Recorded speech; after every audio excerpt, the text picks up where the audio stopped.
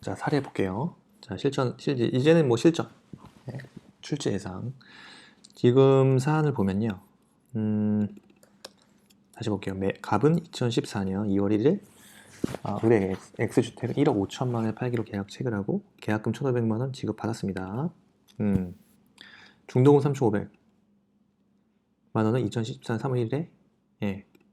그 다음에 잔금 중 5천만 원은요. 2014년 8월 1일에 X주택 인도 및 소유권 이전 등이 필요한 사람 연금을 지급받기로 했습니다. 그리고 나머지 그 5천, 그죠? 지금 잔금이 1억이에요. 그러니까 1억. 나머지 5천만 원은 자 을이 그 지급에 가름하여 X주택에 관한 근저당권의 피담보 채무인 갑의 병은행에 대한 대출금 채무를 이행을 인수하기로 했습니다. 이행 인수를 했네요. 이에 을은 위 약정에 따라 중도금 3,500만 원 지급했고요. 자, 1억 지급 의무 있죠. 근데 대출 원리금을 전혀 지급하지 못했습니다. 그죠? 5천만 원을 얘기하는 거죠. 결국 병은행이 2014년 6월 1일 근저당권 실행을 위한 경매를 신청하였고요. 그 경매 절차에서 2014년 9월 1일 정의 8천만 원의 매수 경락을 받았네요. 오, 그래요? 8천만 원 매수하여 매각 대금 납입하였습니다. 8천만 원을. 그래요. 그럼 을은 2014년 10월 1일 갑을 상대로 계약금 중도금 반환을 고안소를 제기했는데 이에 대해 갑은 오히려 계약금 중도금 반환 거절했고 오히려 을에 대하여 1억 원 지급을 구하는 반소를 제기했습니다. 반소. 자, 위 소송 과정에서 을은 설사 자신에게 야 1억 지급 의무가 있다 하더라도요. 위 경매 매각 대금은 그로부터 공제되어야 한다고 주장하고 있습니다. 그렇습니다. 그래서 갑과 을의 청구에 대한 결론을 논과 함께 서술하시오. 좋습니다. 지금 약간 살짝 사례가 꼬여 있는데 어쨌든 잔금 1억 중에 그죠? 5천 있잖아요. 근데 그 나머지 그 5천만 원은 그죠? 갑이 병은행에 대한 대출금 채무 이행을 인수하기로 한 상황이죠. 근데 대출 원리금을 전혀 지급하지 못한 상태예요. 자, 그러면 자 사안에서 매도인 갑이 매수인 을에 대해 부담하는 X주택에 대한 소유권 이전 의무가 지금 그 대출 원리금을 지급하지 못한 상태에서 어떻게 되는 겁니까? 소유권 이전 의무가 후발적 불능이 됐죠? 경매 신청으로 인해 저당권 실행으로 인한 경매를 신청으로 인해서 지금 소유권이 넘어갔잖아요. 정한테. 그러면 갑의 을에 대한 X주택에 대한 소유권 이전 의무가 후발적 불능이 된 상황이죠. 그러면 이 경우 불능이 된 매수인 을의 책임 있는 사유로 인한 것이면 뭐가 문제되죠? 538조 위험부담이 문제될 수 있죠. 그래서 위험부담 논의하라는 거예요. 자, 요건. 그러면 쌍무계약의 당사자 일방이 채무가 채권자 책임 있는 사유로 이행할 수 없다? 그럼 채무자는 상대방이 이행을 청구할 수 있죠. 그리고 이행인수 경우에요. 이행인수는요. 지금 이 관련 판례 내용을 보면요. 지금 부동산 매수인이 자 매매 목적물에 설정된 근저당권의 자 피담보 채무에 관하여 그 이행을 인수한 경우죠. 이때 그 채권자에 대한 관계에서 매도인이 여전히 채무를 부담한다고 하더라도요.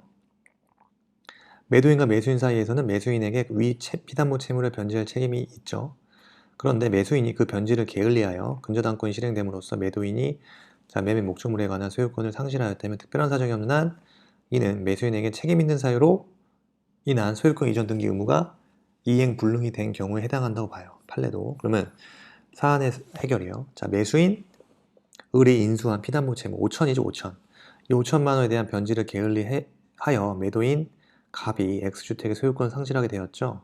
그럼 을에게 이행불능에 대한 규책 사유가 인정됩니다. 따라서 538조에 따라 갑은 을에 대한 소유권 이전 의무 및 인도 의무를 면하지만 을은 여전히 대금 지급 의무 얼마요? 네, 1억이죠. 1억. 자, 1억을 갖고 있어요. 근데 보세요. 그럼 채무자 이익 상환 의무가 얼마인지 보겠습니다. 요건 채무자는 자기의 채무를 면함으로써 얻은 자, 이익을 채권자에게 상환해야 한다는 거죠. 사안에서 매도인 갑이 자, X주택의 소유권 이전 의무를 면함으로써 얻은 경매 대금은 8천만 원이에요. 왜? 지금 소유권이 상실됐지만 그 병은행의 그 경매 신청으로 인해서 정이 8천만 원, X주택을 8천만 원에 매수하여 매각 대금 납입했잖아요.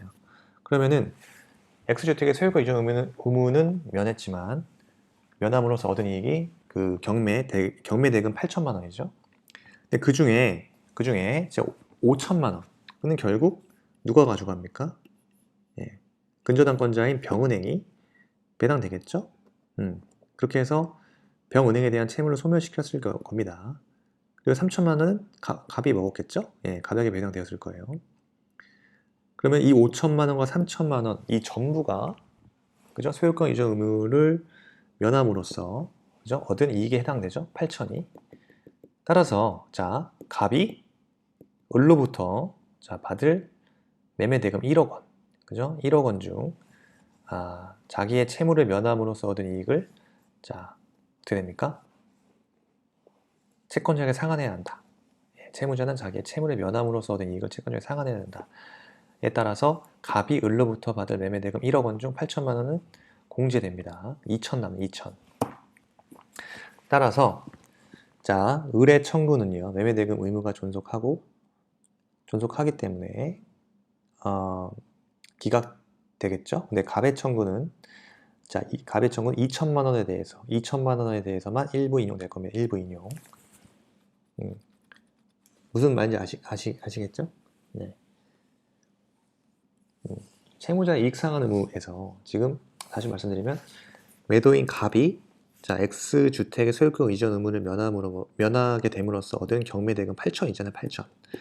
그죠? 이 8천만 원 중에 자, 5천만 원은 자, 병은행에 배당되겠죠? 왜냐? 지금 5천만 원은 자, 을이 자, 갑의 병은행에 대한 대출 채무잖아요. 그걸 이행인수한 거잖아요. 따라서 5천만 원은 병은행에게 배당되겠죠. 그리고 갑의 병은행에 대한 채무는 소멸시켰을 겁니다. 당연히.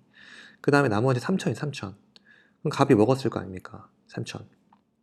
그러면서 5천과 3천은 자, 뭡니까? 그 전부가 채무를 면함으로써 얻은 이익이 되는 거잖아요. 갑의 이익이 되는 거잖아요. 따라서 갑은 을로부터 받을 매매 대금, 그죠? 1억이죠, 1억. 1억 원 중 8천만 원은 당연히 채권자에게 상환한다 이거예요. 그럼 8천만 원 공제되겠죠? 2천 남는 거 1억, 2천. 그래서 문제 해결해요. 문제 해결해서 을의 청구는 자, 매매 대금 지급 의무가 존속하므로 기각되고요. 갑의 청구는 2천만 원에 한해서 일부 인용된다는 거예요. 일부 인용된다. 조금 까다로웠지만 자, 정리해야겠죠? 예, 그렇습니다. 다음 고용계약 종료 사유 단문형 나올 수 있겠죠? 고용기간 만료, 해지 통고로 인한 종료, 고용계약의 해지, 고용의 해지요. 중요하죠 이거. 권리 의무의 전속성, 해지권. 네. 그러니까 권리 의무의 전속성이라는 거는 자, 사용자 노무자가 상대방의 동의 없이 뭐 노무 사용권이나 그죠? 노무 제공 의무를요. 제3자에게 이전했어요. 그러면 상대방 계약 해지할 수 있는 겁니다. 그러니까 사용자가 노무자한테 시킨 일은 그 전속성이 있는 거예요. 일신 전속성이 있는 거예요. 그래서 사용자 동의 없이 다른 제3자한테 일을 맡기거나 이러면 안 돼요. 노무자는. 네. 그러면 계약 해지할 수 있는 겁니다. 자, 노무의 내용과 해지권이요. 그 다음 부득이한 사유와 해지권. 그죠? 노무의 내용이란 거는 자, 약정하지 않은 노무의 제공 요구할 수 없다는 거예요. 사용자는 노무자에게 그 근로계약서상 그 약정하지 않은 그죠? 노무의 제공 요구할 수 없어요. 그럼 노무자는 계약 해지하면 돼요. 그리고 약정한 노무가 특수한 기능을 요하는 경우인데 노무자가 그 기능이 없어? 그럼 사용자는 당연히 계약 해지할 수 있겠죠? 내가 헤어 디자이너인 줄 알았는데 머리를 못 깎아. 예, 바리캉도 못 껴. 그 바리캉도 뭐 그걸로 막 키지도 못해. 그러면 해지해야죠. 그죠? 그런 경우죠. 자, 부득이한 사유 해지권. 자, 부득이한 사유가 있어? 각 당사자 계약 해지할 수 있죠? 자, 사용자 파산 해지권이요. 사용자가 파산 선고를 받은 경우 자, 고용기간 약정이 있는 때에도 노무자 또는 파산관제에는 계약 해지할 수 있습니다. 물론 노무자가 파산한 경우에는 해지권이 인정되지 않겠죠. 사용자가 파산한 경우 자, 노무자나 파산관제에는 계약 해지할 수 있고요. 합의 해지요. 당사자 간의 합의로 고용계약 해지할 수 있죠. 당연히 노무자 사망으로 고용계약은 종료됩니다. 됐죠? 자, 좀 더 살을 붙여서 보자면요. 자, 고용기간 만료로 인한 종료예요. 당연히 그 당사자가 약정한 고용기간이 만료되면 고용은 종료합니다. 근데 이제 묵시적 갱신이라고 여러분들 들어보셨을 거예요. 고용기간이 야 우리 2년 계약합시다. 근데 아무 말이 없어. 만료했는데 아무 말이 없어. 노무자가 계속해서 노무를 제공하게 되면요. 그런 경우 사용자가 상당한 기간 내에 이의를 제기하지 않잖아요. 그러면 전 고용과 동일한 조건으로 다시 고용한 것으로 간주됩니다. 그죠? 이 경우에 당사자는 자, 민법 660조 규정에 의하여 해지 통고할 수 있고요. 전 고용에 대해서 제3자가 제공한 담보는 기간의 만료로 인하여 소멸하게 됩니다. 그다음 해지 통고로 인한 종료 해지 통고. 자, 기간 약정이 있는 경우와 기간 약정이 없는 경우로 나누죠. 해지 통고로 인한 종료, 기간 약정이 있는 경우. 자, 고용의 약정 기간이 3년을 넘거나 그죠? 당사자 일방 또는 제3자의 종신까지 로 된 때 각 당사자는 3년 경과하잖아요. 그러면 언제든지 계약 해지 통고할 수 있고요. 이 경우에 상대방의 해지 통고를 받은 날부터 3월에 경과하면 해지 효력이 발생합니다. 기간 약정이 없다면요. 자, 기간 약정이 없다. 그러면 고용기간 약정이 없는 때에는 당사자는 언제든지 계약 해지할 수 있습니다. 자, 계약 해지 통고를 할 수 있고요. 이 경우에 상대방이 해지 통고를 받은 날부터 1월 1개월 경과하면 해지 효력이 생기고요. 고용계약 해지요. 고용계약 해지. 권리 의무의 전속성과 해지권이죠. 말씀드린 대로 사용자, 노무자가 상대방 동의 없이 노무 사용권 혹은 노무 제공 의무를 제3자에게 이전을 해 그 상대방은 계약 해지할 수 있고요. 노무 내용, 그러니까 노무자에게 사용자가 노무자와 약정하지 않은 노무 제공을 요구한 때 계약 해지할 수 있죠. 노무자는 반대로 약정한 노무가 특수한 기능을 요구하는 경우에 노무자가 기능이 없어? 그러면 사용자가 계약 해지할 수 있죠. 부득이한 사유와 해지권이요. 고용기간에 약정이 있는 경우 부득이한 사유가 있다? 각 당사자 계약 해지할 수 있죠. 그런데 그 사유가 당사자 일방의 과실로 인하여 생긴 때에는 상대방에 대하여 손해를 배상해야 합니다. 지금 여기에서 부득이한 사유라는 것은 자, 이런 말이 중요하죠. 부득이한 사유라 함은 고용계약을 계속하여 존속시켜 그 이행을 강제하는 것이 자, 사회 통념상 불가능한 경우를 말하는 거죠. 자, 고용은 계속적 계약으로 당사자 사이에 특별한 신뢰관계를 전제로 하기 때문에 고용관계를 계속하여 유지하는 데 필요한 신뢰관계를 파괴하거나 해치는 사실도 부득이한 사유에 포함되며 따라서 고용계약상 의무에 중대한 위반이 있는 경우 자, 부득이한 사유도 포함됩니다. 그래서 고용 자체는 계속적 계약이기 때문에 일단 특별한 신뢰관계를 당사자가 사는 전제로 하죠. 근데 고용관계를 계속하여 유지하는 데 필요한 신뢰관계를 파괴하거나 해치는 사실도 당연히 부득이한 사유에 해당할 겁니다. 해야죠. 쉽지 않아요. 신뢰관계가 파괴되거나 해치는 사실 부득이한 사유에 포함됩니다. 따라서 고용계약상 의무의 중대한 위반이 있다. 부득이한 사유에 포함됩니다. 그 다음에 파산. 사용자 파산하게 되면 자, 고용기간이 약정이 있는 때에도 노무자 또는 파산관제인은 계약 해지할 수 있고요. 이 경우에 각 당사자는 계약 해지로 인한 손해배상을 청구하지 못합니다. 그 노무자가 파산한 경우에는 해지권 인정되지 않고요. 합의해지, 당연히 당사자 간의 합의로 고용계약 해지할 수 있고요. 그 다음 노무자 사망으로 고용계약은 종료됩니다. 자, 됐죠? 중요해요. 예, 이거 나올 수 있습니다. 그리고요, 목적물의 수량 부족, 일부 멸실에 대한 담보 책임. 자, 이거 기출된 문제죠. 이건 또 사례형으로도 나올 수 있기 때문에 일단 룰이죠. 일단 의의 요건, 담보 책임의 내용. 자, 확인해 봐야 됩니다. 자, 수량을 지정한 매매 의의요. 자, 수량을 지정한 매매 목적물이 부족하게 되는 경우와 자, 그 다음에 일부 멸실이죠. 매매 목적물의 일부가 계약 당시 이미 멸실된 경우 매수인이 부족 또는 멸실을 알지 못하는 때에 매도인 담보 책임을 말하죠. 수량 부족 일부 멸실에 대한 담보 책임. 요건이요. 자, 수량을 지정한 매매여야 되고 원시적 일부 불능, 그다음에 특정물 매매여야 되면 특정물 매매. 네. 종류물 매매의 경우 수량 부족은 뭡니까? 종류물 매매에 있어서 수량 부족, 단순한 채무 불이행이 문제죠. 그리고 원시적 일부 불능이라는 개념이 있을 수 없죠. 종류물 매매에 있어서. 매수인은 선이어야 됩니다. 예. 따라서 매수인이 악이다? 그러면 매도인의 담보 책임 발생하지 않습니다. 자, 요건에서 수량을 지정한 매매해야 된다. 여기서 수량을 지정한 매매라는 건 뭡니까? 수량을 지정한 매매. 수량을 지정한 매매라는 것은 자, 당사자가 매매 목적물인 자, 특정물의 수량에 중점을 두고요. 대금도 그 자, 수량을 기준으로 정한 경우를 말하죠. 그죠? 목적물이 일정한 면적을 가지고 있다는데, 그죠? 목적물이 일정한 면적을 가지고 있다는데 주안을 두고 대금도 면적을 기준으로 하여 정하여지는 아파트 분양 계약 등이 대표적인 예죠. 평수, 그죠? 평수, 그죠? 자, 부동산 매매의 경우에 있어서 그 당사자 쌍방이 자, 임야의 실제 면적이 공부상 표시와 같음을 전제로 가격을 정한 것이고, 만약 그 면적이 공부상 표시와 다르다는 것을 사전에 알았더라면 당연히 그 실제 평수를 기준으로 가격을 다 정하였으리라는 점을 인정할 수 있다면 자, 그 매매계약은 수량을 지정한 매매계약에 해당합니다.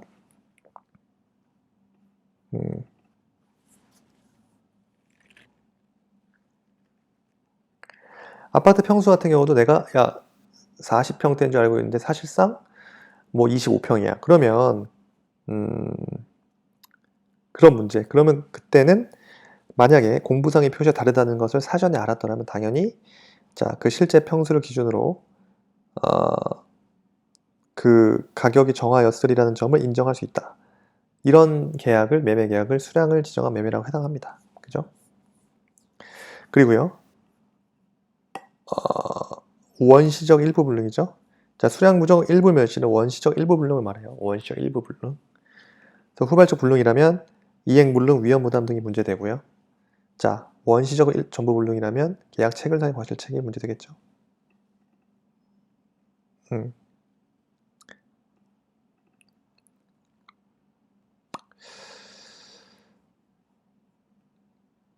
그 원시적 전부 불능이면 계약 체결상의 과실 책임이 문제됩니다. 따라서 원시적 일부 불능이어야 되는 거죠. 원시적. 후발적 불능이다? 그러면 이행 불능, 또 위험 부담 등이 문제가 되는 거고요. 그 차이를 알아야 돼요. 원시적 일부 불능이어야 되는 거예요. 특정물 매매. 자, 특정물 매매 이어야 돼요. 종류물 매매다? 그럼 수량 부족은 단순한 채무 불이행의 문제이고요. 원시적 일부 불능은 있을 수 없죠. 자, 매수인은 선이어야만 하고요. 내용이요. 대금 감액 청구권, 계약 해제, 손해배상 청구권, 제척기간. 제척기간요. 수량, 일부 멸실 사실 안 날로부터 1년이죠. 안 날로부터 1년. 자, 대금 감액 청구권이요. 매수인은 자, 이전 받지 못한 부분의 비율로 대금의 감액을 청구할 수 있죠. 자, 판례요. 판례는요. 자, 매수인에게 대금 감액 청구권이 있고요. 감액될 부분이 아직 확정되지 않고 있다. 매수인은 대금의 일부에 관한 매도인의 지급 청구에도 불구하고 대금 전부에 관하여 지급 의무의 이행을 거절할 수 있다고 하고, 계약 체결 후 계약 목적물의 일부가 타인 소유임이 판명되거나 하자가 있음이 밝혀져서 그 부분에 대한 감액 여부가 다투어져 있을 때에는 감액 합의가 이루어지기 전이라도 잔대금 전액의 지급 요구 거절할 수 있습니다. 자, 계약 해제권이요. 잔존한 부분만이면 매수인이 이를 매수하지 않았을 때 계약 전부를 해제할 수 있고요. 자, 손해배상 청구권이요. 감액 청구 또는 계약 해제 외에 손해배상 청구할 수 있습니다. 자, 정리해야 되죠?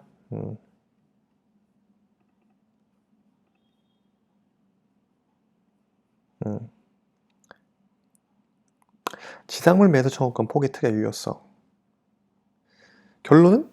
자, 볼게요. 갑은 을이 소유한 X토지상 건물을 지어 음식점을 경영할 목적으로 을과 자, X토지에 대한 임대차 계약을 체결하였죠. 그 후에 갑은 자, 건물 신축해서 음식점 경영하고 있습니다. 한편 자, 임대차 계약서에서 자, 임대차 기간 만료 시 갑은 X 토지상의 건물을 철거하고 원상회복하여 X 토지를 반환한다는 특약이 기재되어 있어요. 자, 이러한 경우 임대차 기간이 만료된 때 갑이 신축한 건물과 관련하여 을에게 주장할 수 있는 지상물 매수 청구권에 관해 설명하시오. 자,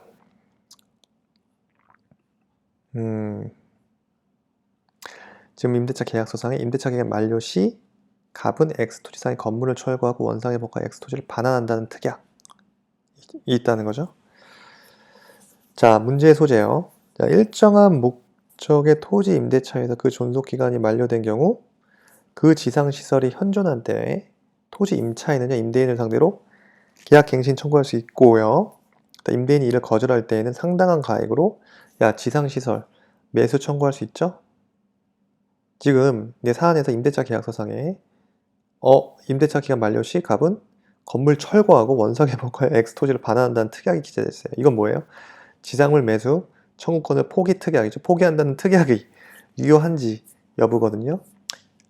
당연히 강행 규정이기 때문에 지상물 매수 청구권은 강행 규정이기 때문에 뭡니까? 임차인에게 불리한 약정은 무효죠. 따라서 지상물 매수 청구권의 성립 요건을 모두 갖추었다. 임차인 갑은요, 지상물 매수 청구권 행사할 수 있는 거예요. 자, 지상물 매수 청구권의 성립 요건. 자, 건물, 기타 공작물 소유 또는 식목, 체험, 목축을 목적으로 한 토지 임대차여야 되는 거죠.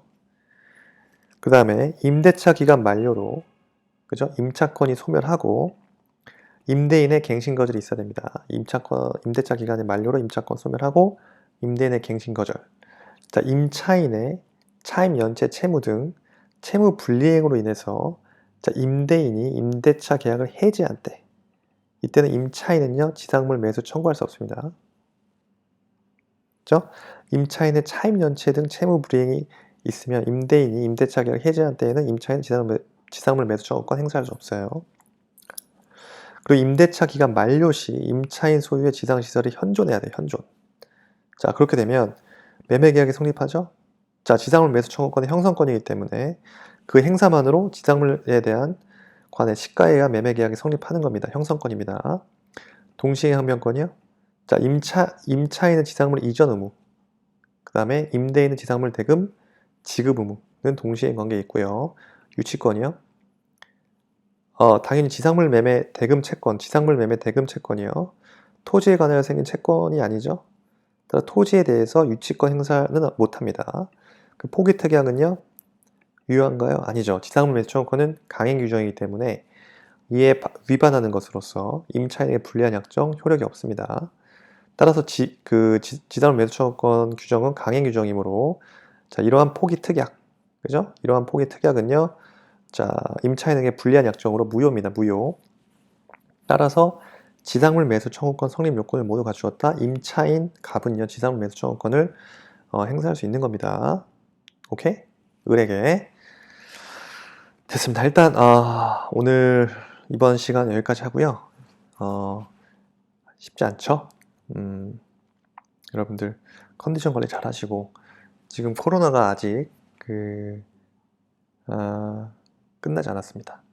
시험 남은 기간 동안에 몸 관리, 컨디션 관리 잘 하셔가지고 정말 좋은 컨디션으로 시험 보시기를 바라고요. 또 반드시 합격하시기를 기원합니다. 감사합니다. 쇼터디였습니다.